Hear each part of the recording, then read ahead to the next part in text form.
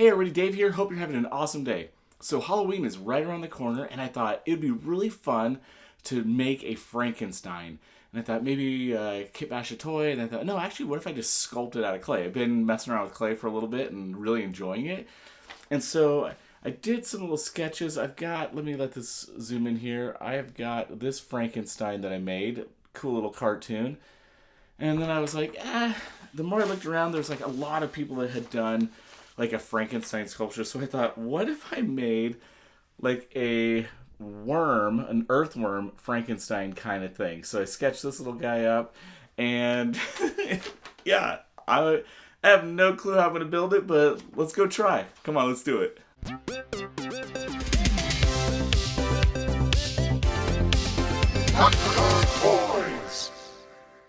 All right, here's just a fun look at the sketches a little bit closer. I also was messing around with a werewolf, but I was looking at this rat fink, and I thought, I kind of want to do it in this rat fink style. So I ran to my hobby store and grabbed this little plaque because I'd wanted to mount off of this.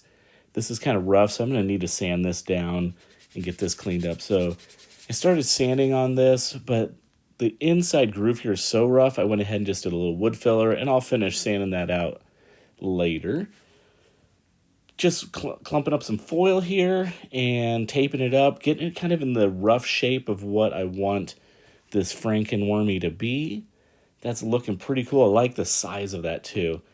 So I rolled out some Super Sculpt, and I'm just kind of covering the foil, getting a base coat on here. Now, when you're building with Super Sculpey, the first stage, I have to keep telling myself this, I mentioned this in the last video, you got to just rough things in. I'm roughing in these eyeballs. I'm looking at them thinking they're a little small, but I do want to kind of just get the layout of this. So I'm kind of marking where the cut of like the Frankenstein head would be, how he's kind of stapled together. But I thought maybe I'll try these bigger eyes, and I don't know. But then I was looking at these are like little plastic balls, but they're not going to work at all. So I dug around in my bits box, and I actually found these wooden balls. They're still way too big, so I kind of want something halfway in between that first set of wooden balls and then this larger set. So I think this is going to work. So I rolled out two. They are just clay, so I have to just be careful as I'm building because I don't want to smash them or get fingerprints all over them. I'm building out the top eyelids here. And I wanted to kind of have like these really droopy, heavy eyebrows. So just rolling out two little snakes, and then I'm blending everything in. This first part is a lot of just blending and getting everything just kind of chunked in there. You don't have to be too worried about the details. I did like a little tiny triangle for kind of the skeleton nostril. Just putting those on, putting a little nostril there. I'm building the eyebrow out just a little bit more because it was a little too shallow. And I thought the eyes were just bulging out too far, so I pulled the eyeball out, and I'm going to just cut this eye in half. When I was pulling that out, it reminded me of those silicone action figures where people like pop the eyes in or pull them out, and it's really creepy. So I thought that was kind of funny. In my sketch, I had these really huge bags under his eyes, so I'm just rolling out some clay here and just kind of laying that out. Got the first one there, pinch that off, and then I'll kind of roll out another piece, and that looks really cool. And I'm going to, for the mouth, I rolled one giant piece, and I'm kind of just laying his mouth shape out all the way around. And I thought this will actually be kind of fun because I want his lips to almost be like earthworm texture. So I rolled that out, kind of got the shape that I want. And then what I'm going to do is I'm going to take a small tool and kind of outline the inside of the mouth there. And then once I get this all outlined, I'll actually go in and remove all that clay. So I'm just taking an X-Acto knife, kind of trimming that out. And this is so the mouth can actually set back in a little bit further.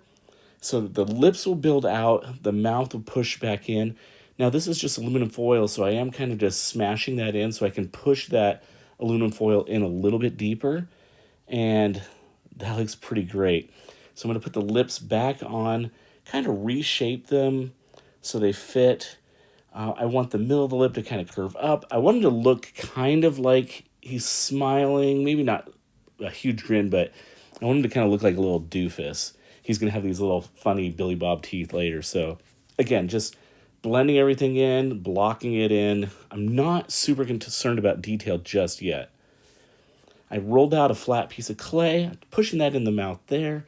I'll blend all this back in, just kind of pushing it in and smoothing that all out and getting that all blended in nice. And I did do a little trench between the lip and the inside of the mouth just so I can kind of open that up.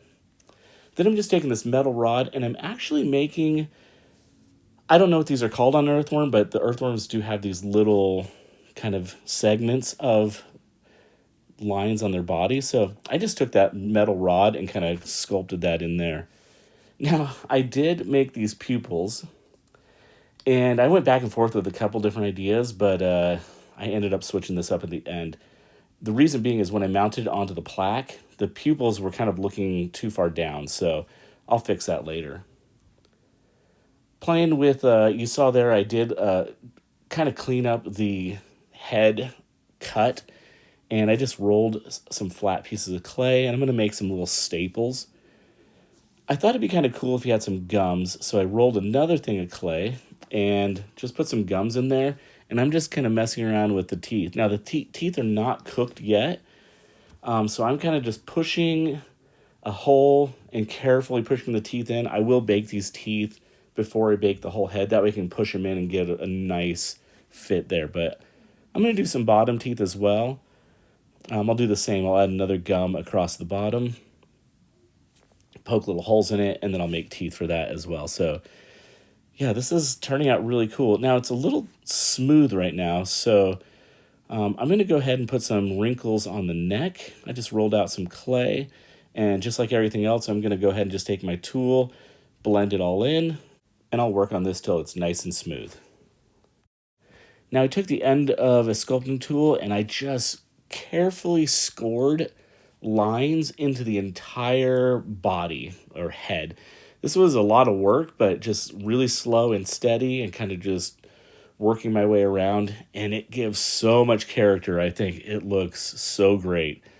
I had to take off the little staples because I was going to draw those lines, so I'm putting all the little staples back on, and I'll do the staples all the way around the head. And then I'm at a point now where I think I'm ready to bake this thing. So I'm just giving it one last look over. You can see the lips there. I did some really cool line work on those, kind of broken up. I'm really loving this. So let's go bake this in the oven. Super Sculpey, it's about 15 minutes at 275. And then here it is baked, and it turned out really nice. So what I'm going to do with this is I'm going to prime it, and then I'm going to paint it white, and then I'm going to use the white as my base. And I'm going to take this silly putty, and I'm going to mask out the eyeballs, and I'm going to mask out the mouth right here along the gums. And so I'm just taking the silly putty, rolling it out, and silly putty is a great masking tool. So it looks really odd, but I want nice clean white eyes and then the mouth because I want to lay down a different color. Now, I rarely use my airbrush.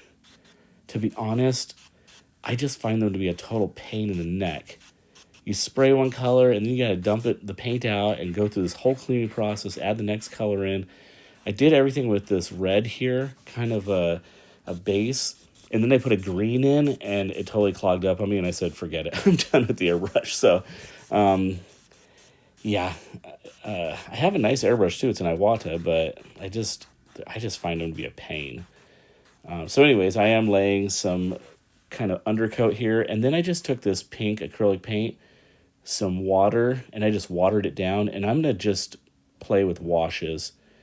And I did wash after wash after wash, and to be honest with you, this is not a tutorial. This is a how I did it process. I know Adam Savage loves to say that a lot.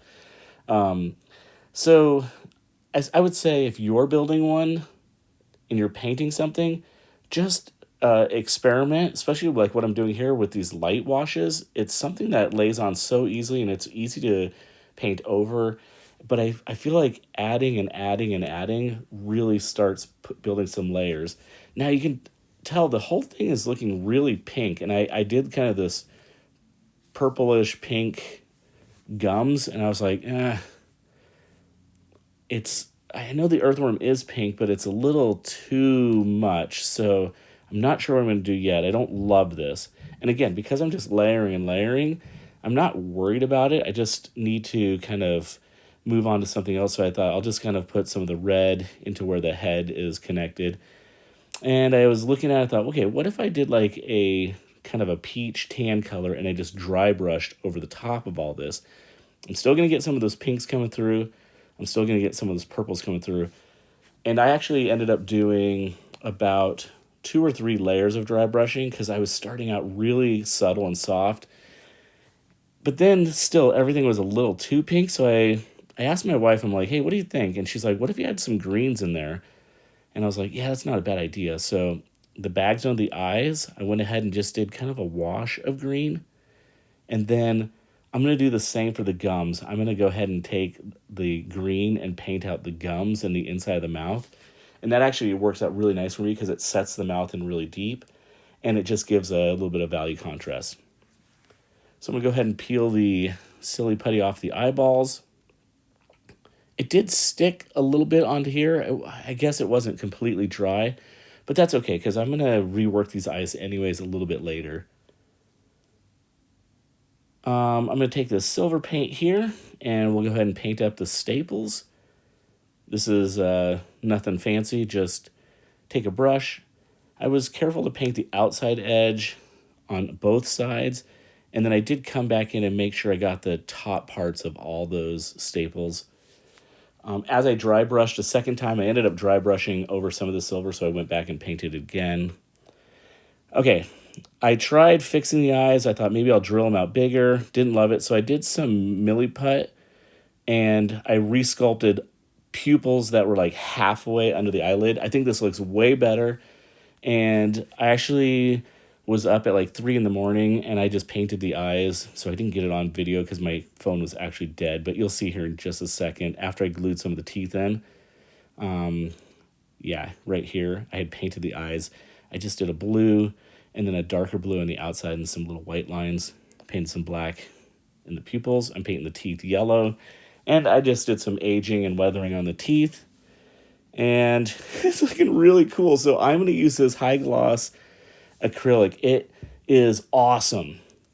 I love this stuff. And I thought the earthworm is probably kind of slimy and gross, so I want the whole thing to be gloss. So you just brush it on, and what it looks like right here is literally what it dries like. It is amazing. So you can see the top part is gloss, the bottom part is matte. I'll go ahead and just brush the whole thing. A lot of times you're careful to maybe gloss just the eyeballs or just the teeth, but because of the nature of this worm, I'm doing the whole thing gloss. Now here's my plaque. I did stain it with a some dark stain, and I'm gonna mark the back here. And instead of just doing like a sawtooth hook or something, I bought these little hangers on eBay. No, I'm sorry, Amazon. And what I'm gonna do is I'm going to line everything up, and I'm gonna drill holes into the wood, and then that way the hanger will lay flush, and then this little guy will hang flush against the wall. Okay, I'm in the home stretch, and I want to glue the head on to this base. But before I do that, I'm going to go ahead and drill a little angle here, and I'll be able to use this hole to put a wooden dowel in, and this wooden dowel will help support the head. So I'm going to go ahead and put the dowel in there, drill a hole through the back of this, glue it all up, slide that down, and this should be a finished piece. All right. There he is. I love that he's mounted on a plaque. I love that he's all slimy, like he's a wet little worm. It's just, it was so much fun. There are things that I definitely learned through this. There's things that I would do differently. There are things that I look at and I'm like, like the teeth. If I would have put a little bit more sculpture in them, I think I could have got some like cracks and stuff. But all in all, this was a really fun build, and I've got a little space right here for him ready to go. So let's do some turnaround shots of him. And as always, it is a great day to be a toy nerd or a sculpture nerd or an art nerd or just a maker. Go make something awesome. Have a good one. Okay, hold up really quick. I just realized when I was doing my editing, I didn't put the bolts in the neck, so let's do that really quick, then we'll do a turnaround shot.